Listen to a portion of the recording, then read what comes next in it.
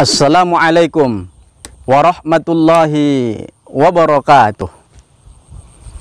Hamdan wa syukran ilallah, salatan wa salaman ala rasulillah wa ala alihi wa sahbihi wa man tabi'a sunnatah ila yaumil qiyamah. Allahumma salli wa sallim ala sayyidina Muhammad wa ala ali sayyidina Muhammad. Kembali bersyukur kepada Allah Qadir Rabbul Jalil, alhamdulillahi rabbil alamin. Bersolawat kepada Rasulullah sallallahu alaihi wasallam. Allahumma salli ala sayyidina Muhammad wa ala ali sayyidina Muhammad. Tiga golongan manusia yang Allah haramkan kepadanya surga. Itulah yang menjadi tema utama pada pertemuan kali ini di channel yang Anda sayangi, Fauzi Dosen dan Ustadz 1000 YouTube yang dimuliakan oleh Allah Subhanahu wa Ta'ala. Apa kabar saudaraku setanah air Indonesia yang berbahagia? Apakah Anda masih sehat? Nabi Shallallahu Alaihi Wasallam ingatkan kita di dalam sebuah hadis yang mulia. Salah satun, ada tiga golongan manusia, tiga kelompok manusia. Haramallahu tabaraka wa ta'ala alaihimul jannah. Yang tiga golongan ini Allah subhanahu wa ta'ala mengharamkan kepada mereka surga.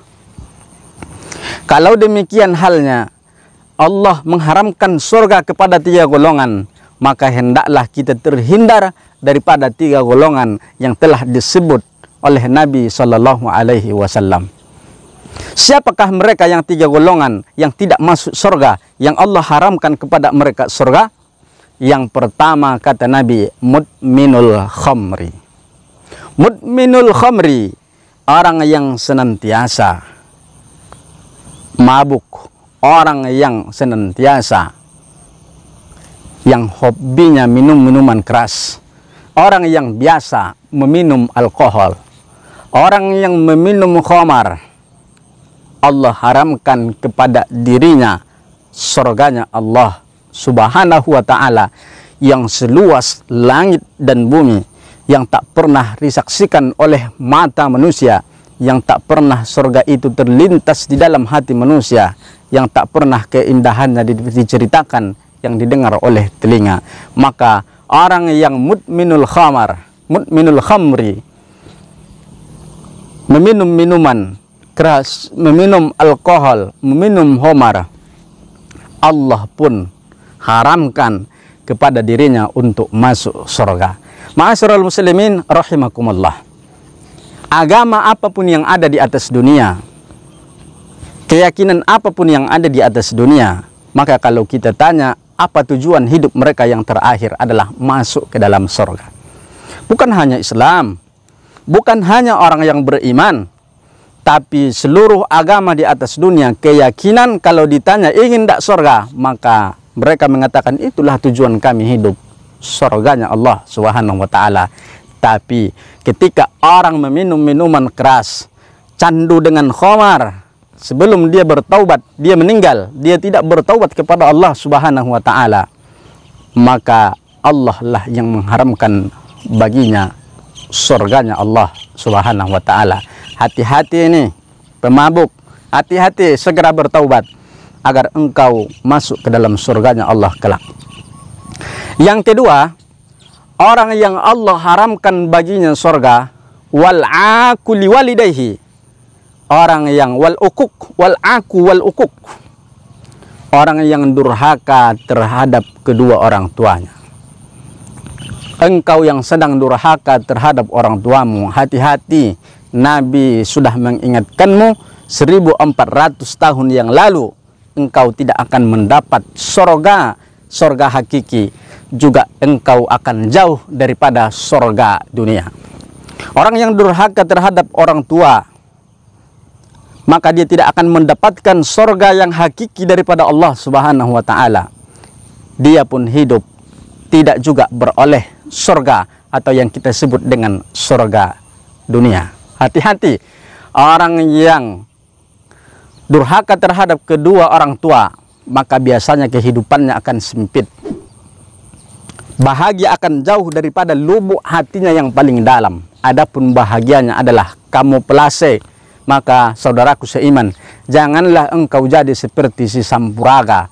Janganlah engkau menjadi seperti si Sangkuriang di tanah Jawa. Janganlah engkau menjadi yang disumbar.